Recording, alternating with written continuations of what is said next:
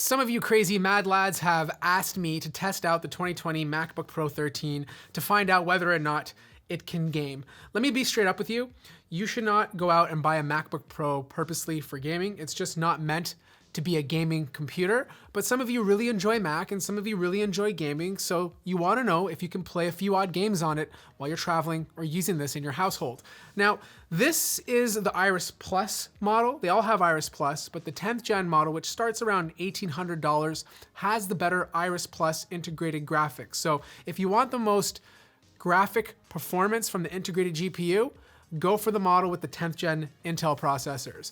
Now, I tested out a bunch of games in macOS, the first one being Shadow of the Tomb Raider. This is a very demanding game, and I was able to get 30 frames per second on average with settings set to low. And I was actually surprised I even got 30 because no GPU connected to this, using integrated graphics. The fact that I can even get 30 makes this game somewhat playable.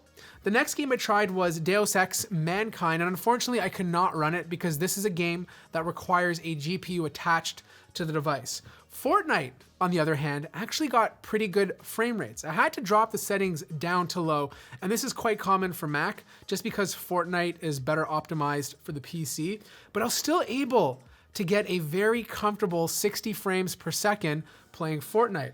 CSGO, which is a very popular game right now, 65 frames per second with settings set to medium. Now, I did have to lower down the resolution to 1400 or 1440 by 900, but I was able to play it on high settings. So colors looked great, pretty good frame rates, overall pretty enjoyable. Now, the crazy thing is, when you connect an external GPU to this, everything changes. Like, the performance on this device with an external GPU is better than previous MacBook Pros. And the reason being is because Thunderbolt 3 is set up differently with the Ice Lake processors. Instead of having a separate controller on the motherboard, it has direct access to the CPU, so overall speeds are a bit faster. Now, I did test out Shadow of the Tomb Raider all over again, but I was able to bump up the settings to high this time and play it at 70 frames per second. Fortnite, I bumped up to high settings with the external GPU connected, and I was able to play at 75 to 80 frames per second. CSGO, I was also able to bump up to high settings, and the frame rates averaged around 100 frames per second. And finally, Deus Ex Mankind, which I tested before and could not run, you can now run, and I was able to get 65 frames per second with settings set to high. Now, the eGPU that I used with macOS is an AMD Vega 64 Liquid Cooled Edition. It's about equivalent to a GTX 1080 from NVIDIA. Now, if you want to install Windows on this thing, you obviously can if you use Boot Camp drivers, and it works great, but hooking up an external GPU to Windows right now doesn't work. You get the error 12 message, which means resources are not available. I tried everything. I tried fixes from bootcampdrivers.com. I searched forums. I tried changing one of the driver files from a previous version of Windows. In fact, I even installed an older build, 1809 of Windows 10, and the eGPU would not work. Like, the operating system recognizes it, but it just doesn't connect. You can't play any games. Now, if you want to know how it performs with integrated graphics on Windows 10, you can play Overwatch very comfortably with no eGPU, 1920 by 1200, settings set to low with 78 frames per second. Fortnite on low averages 95 frames per second, so not as good compared to macOS, just because there's better driver optimization, whereas Windows 10, there's no ability to hook up an external GPU.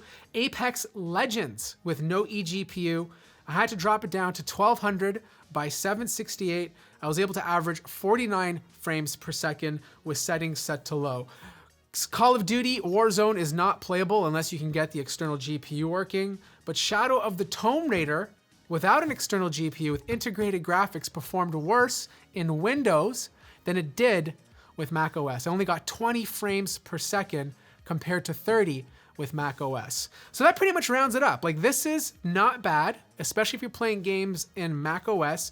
This system works super well with an external GPU, and as soon as there's a fix or a workaround for connecting an external GPU to Windows, this will potentially become a very viable gaming machine. I don't think it's the gaming machine you should buy, but at least you can do it if it's something you want to do besides working. So that pretty much wraps this up. I hope I answered a lot of your questions. And as soon as there's a fix for the MacBook Pro 2020 to work with an external GPU, I know older models work with one, but as soon as there's a fix for the 2020 version, I'll definitely make an update video. And if there's any more games you want to see me test on this device, let me know in the comments below. I also stream on Twitch every second night. So if you want to come hang out, there'll be a link in the description down below. Like the video if you liked it, subscribe if you haven't already, and I'll see you guys in the next one.